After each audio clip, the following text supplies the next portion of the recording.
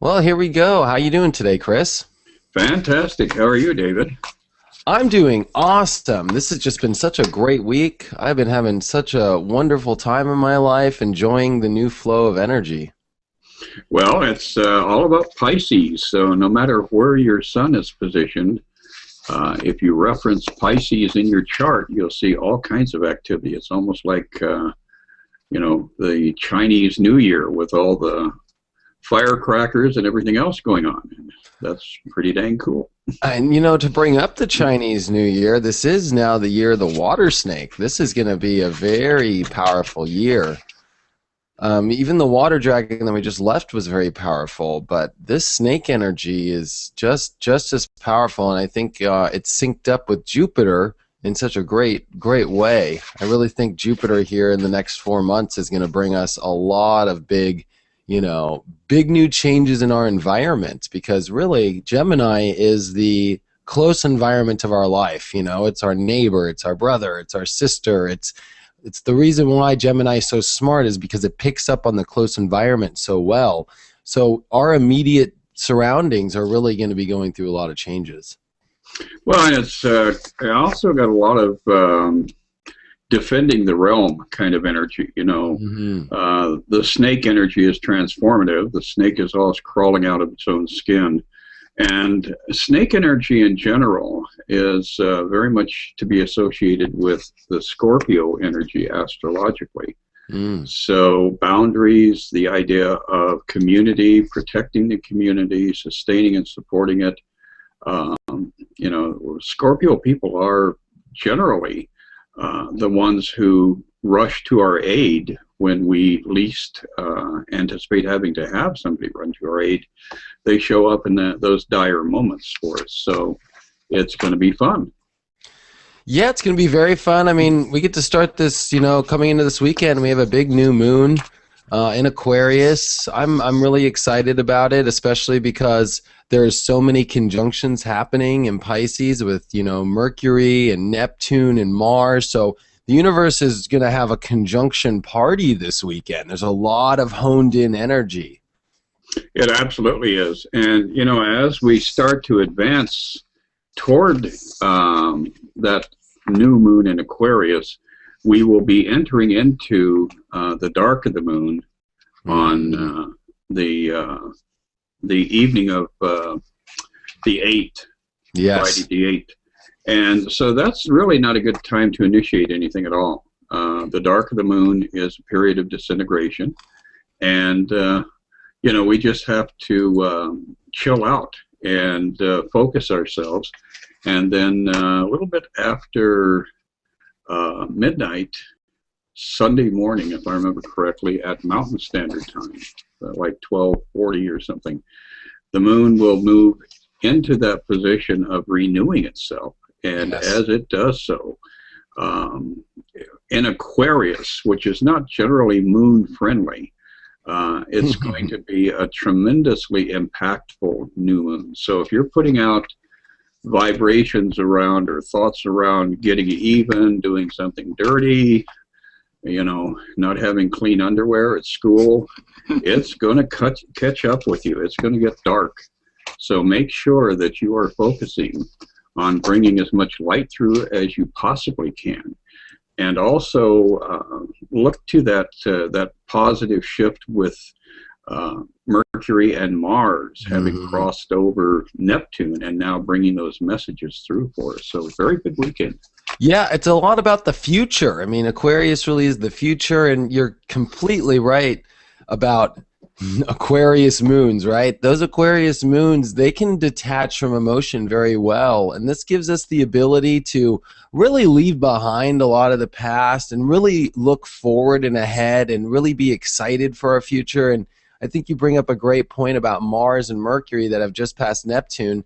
This will also be at the moment when Mercury passes Mars. So this is where Mercury's now lightning bolting ahead. Our minds are really progressing forward in the future, and this is giving us a lot of the mental energy and the future energy to really push forward in our lives in a new way and really step into the future. So I think this weekend is the electrifying weekend that just, we really are on a new path. We understand where we want to go, and we can disconnect from the past. We can disconnect even a little bit from the present. You know, sometimes with Aquarius, it's like very forward thinking, very electric energy. And this is where the past can kind of bite you in the butt if you're willing to still hold on to it. And I think you made the best point about the dark. You know, one thing is this exact new moon is going to square Scorpio, which it's going to square the point of where the solar eclipse was this fall. That was in November. So this is going to be an interesting new moon where we still can't, you know, let go of the deep inner changes that are happening inside ourselves, which are dark parts of ourselves. We do really have to learn to disconnect from this and still face them at the same time. Absolutely, yes. And from the tarot cards, the main energy around this Friday, Saturday, Sunday event is the Hermit. Wow. And, of course, that number one is going within, withdrawing from the world that you normally inhabit long enough to retrieve insight, inspiration, make that connection with higher consciousness. And then you have to show up on the mountaintop like this guy here with the lantern. You need to put that energy out there, share it. And that doesn't mean running up to people and trying to convert them to your belief system, but it does mean keeping a centered and focused intention on I am the light, and I'm here to share it. Wow. And I think that'll get you through that weekend really well. Yeah, and then, you know, what's interesting is right after we come out of that weekend, and I think it's so interesting, the Hermit card, that's actually one of my favorite cards. A lot of people look at that card the wrong way. That card really is exactly what you say, is bringing the light, and it really is about really understanding what the light is and bringing it, you know?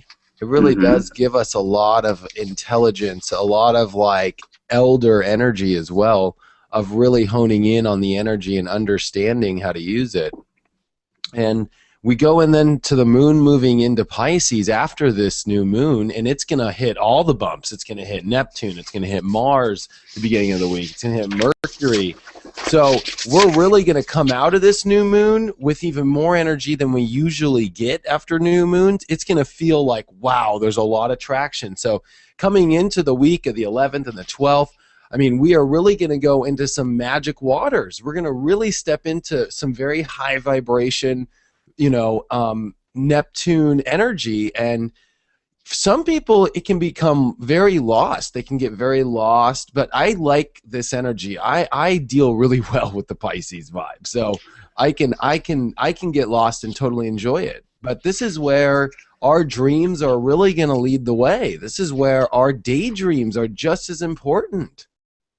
Well, and also as the moon is moving through Pisces, especially, you know, toward the latter stages there, it's going to infuse a new sense of desire to communicate, because as it's in that passage through Pisces, it'll be lighting up Neptune, Mars, Mercury, Chiron, and those will all be in trine to Saturn in Scorpio, which is almost divine, because we're going to learn from our actions immediately, Saturn being the great teacher. And it's going to be sextile, and that's my favorite angle, when it's sextiling that magnificent presence of Pluto and Capricorn, grounding stuff. This could be one of the most profound weeks of a person's life if you acknowledge that and go with that energy. And the one there's, and you know, you bring up the best point, because that Pluto and Saturn sextile between themselves, bringing that energy to Pisces, really bring us a new grounded, solid foundation to move forward into the universe. I mean, this is really the universe supporting us, going with the flow, learning how to really tap into our higher self. The interesting thing is all of this energy is starting to really square Jupiter, which is where a lot of our big energy is in our mind. But this is really telling us that we have to let go of our mind. We have to really let our mind work for our soul, let our mind work for the flow of the universe. So the one trip up can be definitely if people are going way too far with their attitude and not using their mind to work for spirit. I think that can be the one bump of this whole thing, but everything else shows this is the most amazing week ever, really, to ride the wave and take this energy wherever you want to go in your life. But if your mind's in the way, that can really step into, you know, some difficulties. Oh, absolutely. One of the things that Jupiter always presents us with is the idea of discernment. And so as the moon squares Jupiter from Pisces to Gemini, we have the Ace of Swords that comes up. Ooh. And this is cutting ourselves free from old patterns, old prejudices, old concepts of what the world consists of. So it is going to be an internal process as well as an external process. Sunday is going to see this energy grow.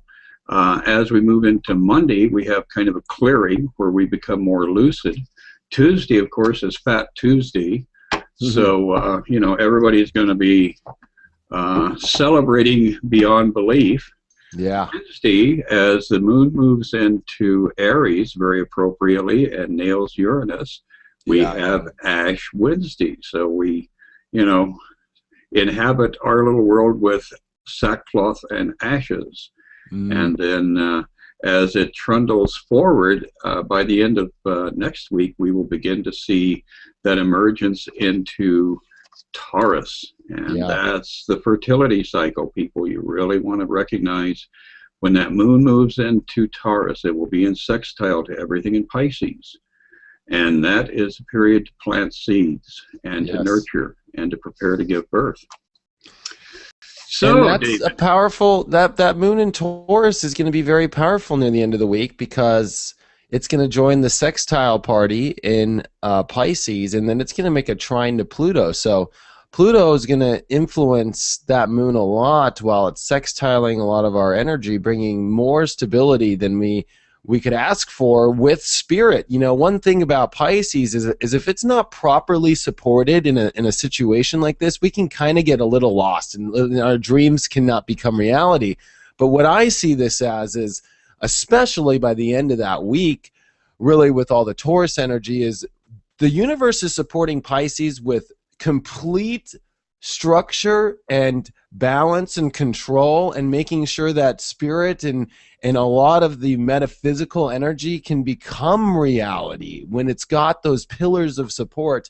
I look at Saturn and Pluto as these two strong pillars, and then if you add in another third pillar, you really get some more support than you could ask for. So it's about you not letting your mind say this week that your dream can't come true. The reality is it definitely can.